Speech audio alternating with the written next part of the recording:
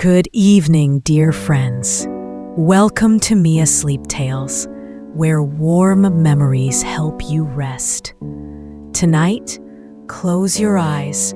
We'll travel to a small American town in the year 1967. A place lit by neon lights, filled with the rich scent of coffee and the soulful notes of a saxophone. Here stood Louie's coffee house, a safe place where every color and every story could meet. But change was coming, a new highway threatening to erase laughter, music, and dreams.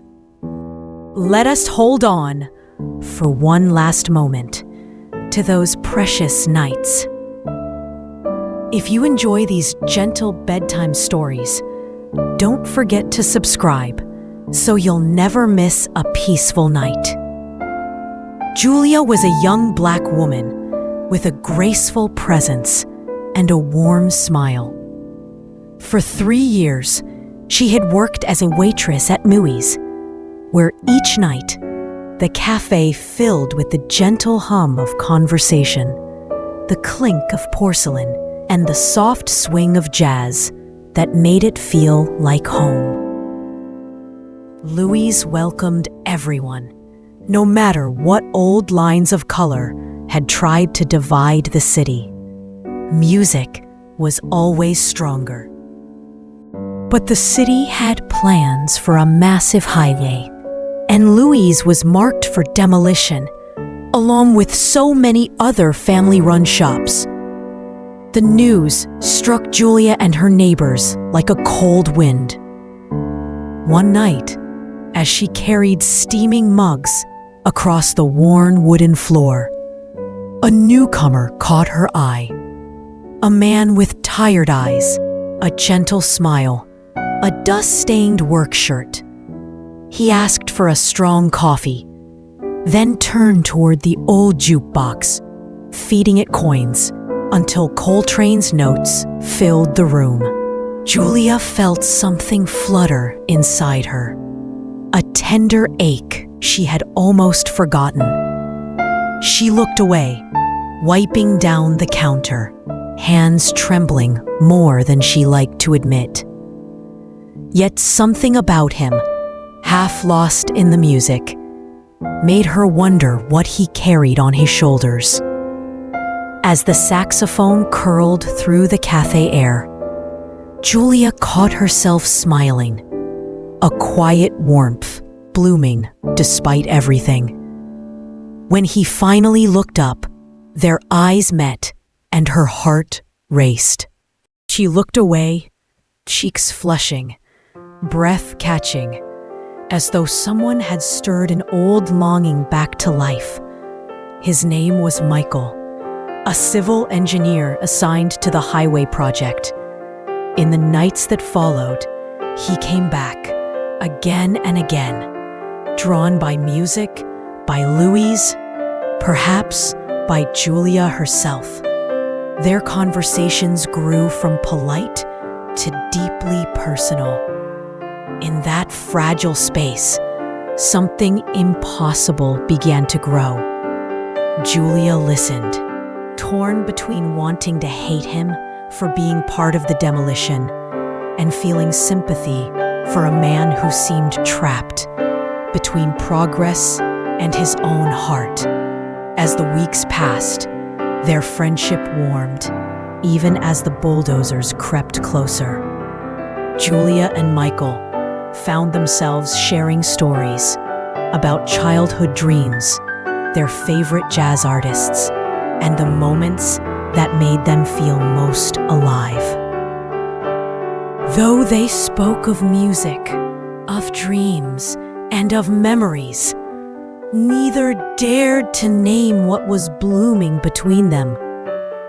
Sometimes their hands brushed by accident. Both would pull away, shy laughter, hearts racing. In the gentle glow of the shop, their eyes would meet for one suspended moment, warm and full of unspoken hope. before quickly looking away. There was sweetness in the distance, a longing that grew each day, waiting for courage to bridge the gap. Michael began to see Julia, not just as a waitress, but as a keeper of memories, someone whose gentle presence reminded him why life was worth living. Michael lay awake the night before, staring at the ceiling of his rented room, the soft hum of the fan blending with echoes of Julia's laughter in his mind. Every conversation with Julia had made him question the price of progress. He remembered how she set each cup down with quiet care, how her voice warmed the air when she spoke about her dreams. He felt a weight in his chest, so heavy, it seemed to crush the breath out of him. If I tell her, she will hate me, he thought. But if I stay silent, I betray what we have. Guilt tangled around him like heavy chains. He had never wanted to be the villain, but he could already hear the growl of the bulldozers, waiting. In that moment, Michael wished he were anyone else, anywhere else, free of choices that tore him in two. Then came the terrible news. Michael was told he would oversee the demolition of Louie's coffee house within the week. The same place that had given him refuge was about to fall by his own hand. He tried to hide this from Julia, but she overheard a conversation between him and a city inspector. Her heart broke that night. She confronted him outside the café, tears shining in her eyes.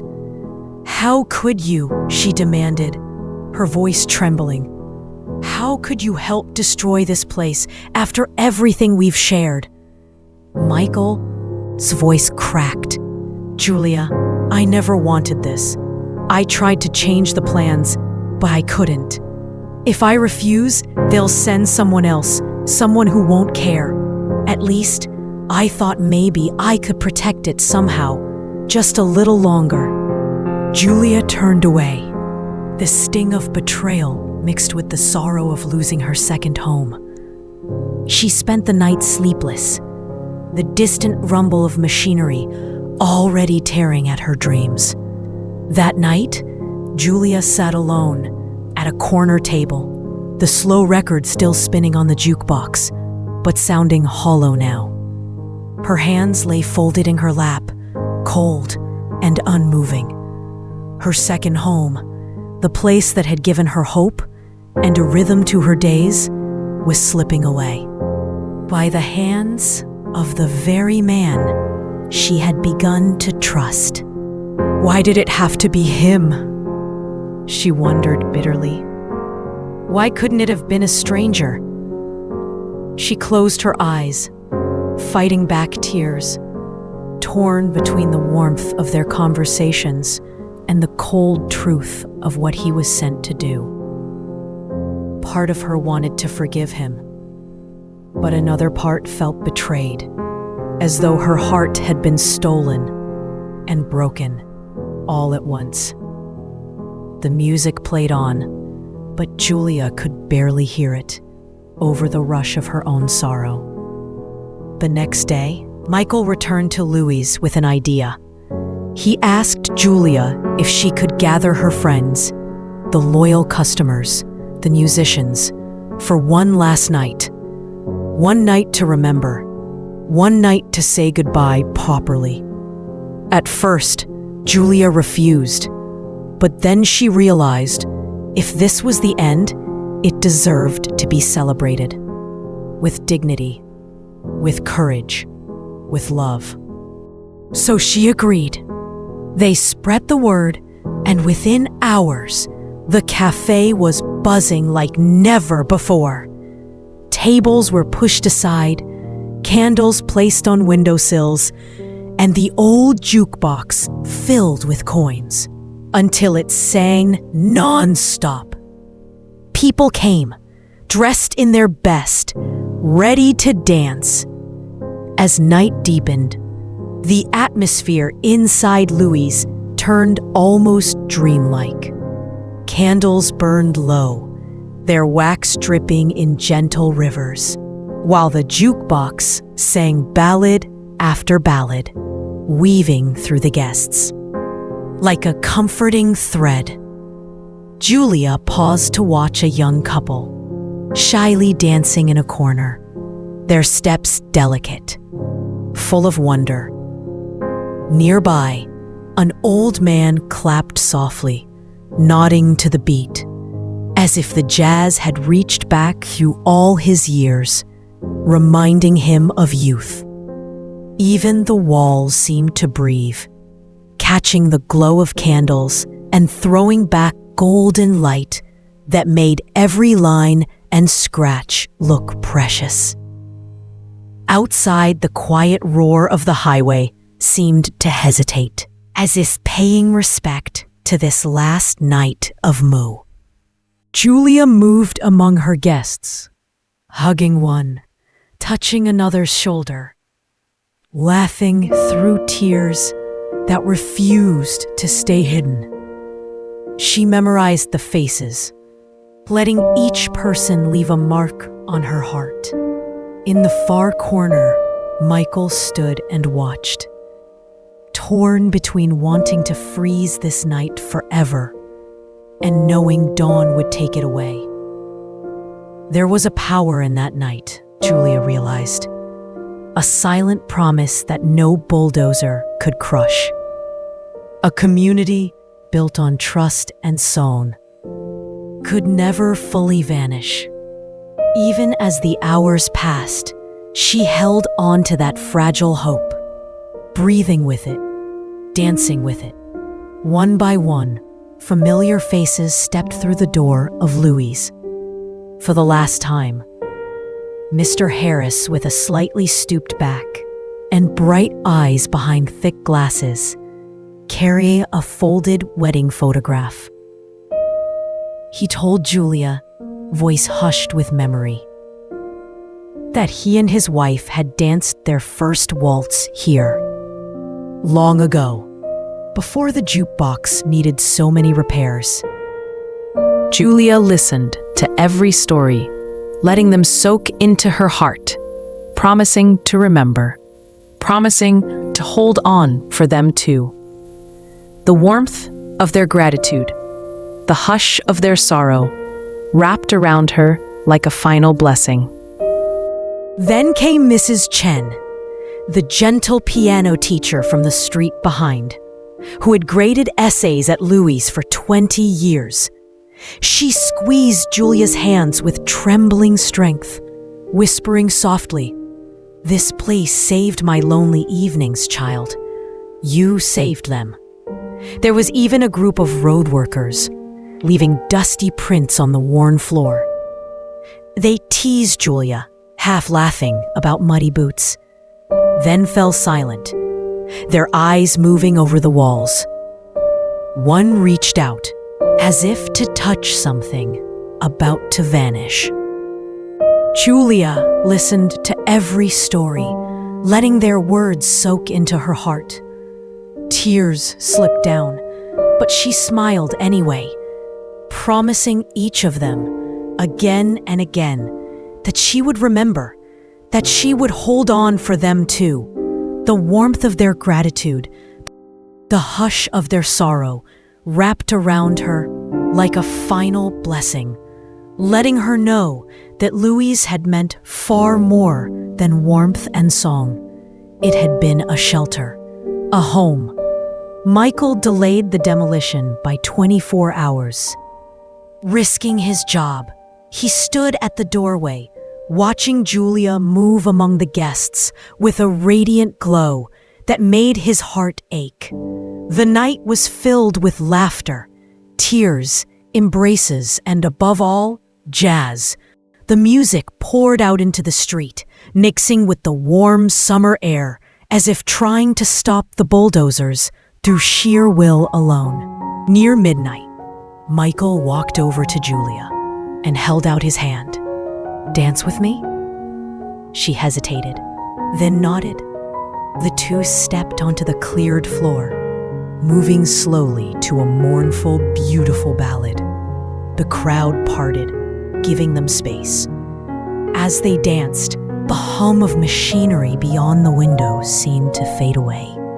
For those precious minutes, there was only the glow of street lamps, the scent of fresh coffee, the pulse of the music. Julia laid her head on Michael's chest. Feeling the conflict in him, the pain of ending something beautiful, yet the relief of honoring it before saying goodbye. Michael whispered, "I'm sorry," and she squeezed his hand, telling him without words that she understood. When the last notes faded, applause rose from the café, mingled with quiet sobs. The final dance had ended. The next morning, as dawn painted the sky, Julia locked the cafe door for the last time. Julia stepped back into Louie's. Before anyone else returned, she wanted to feel the walls breathe one last time. The morning air was thin and smelled faintly of spilled sugar and burnt coffee. She moved slowly through the rows of tables, letting her fingertips brush each chair, each faded cloth. Even the worn-out menu, still tapped to the wall, could not escape her touch. She paused there a moment, just breathing. She walked behind the counter where she had stood so many mornings, pouring coffee, steadying her hands on hectic days. A small chip on the marble surface caught her attention. A crack she remembered scolding herself for now seemed like a familiar friend. The jukebox was silent, a tired soldier after a long battle. Julia rested her hand on it, grateful it had sung through the final night. Then she stepped toward the window, first rays of sunlight catching motes of dust in a golden glow. For a moment, the memories almost overwhelmed her. The giggles of children sneaking sugar cubes, the rumble of conversation, the hush that fell whenever a slow ballad played.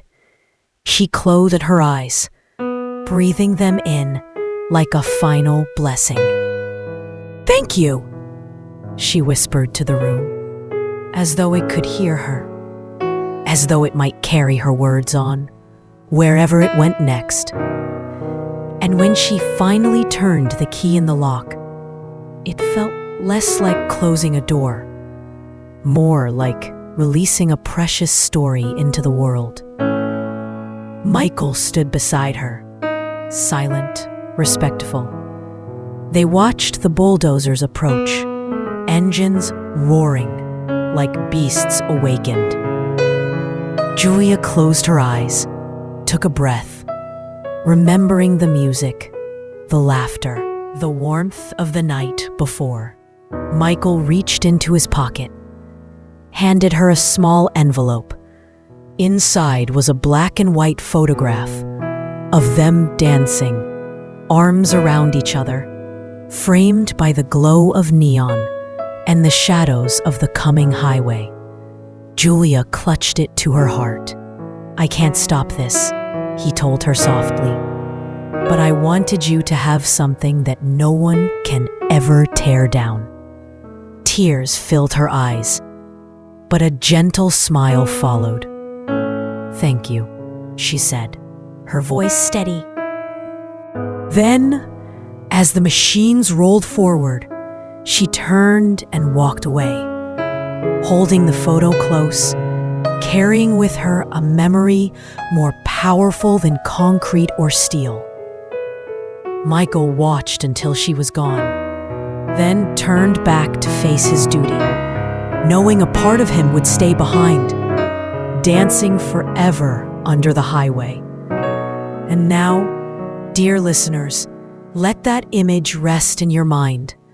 A dance, a night of jazz, a love that bloomed and faded under the unstoppable march of progress. Sleep peacefully tonight, holding your own memories gently, like Julia did. And remember, no matter what changes come, the songs of the heart can never be demolished. If you'd like, I'll meet you again tomorrow night with another peaceful tale. Until then, rest well. Good night.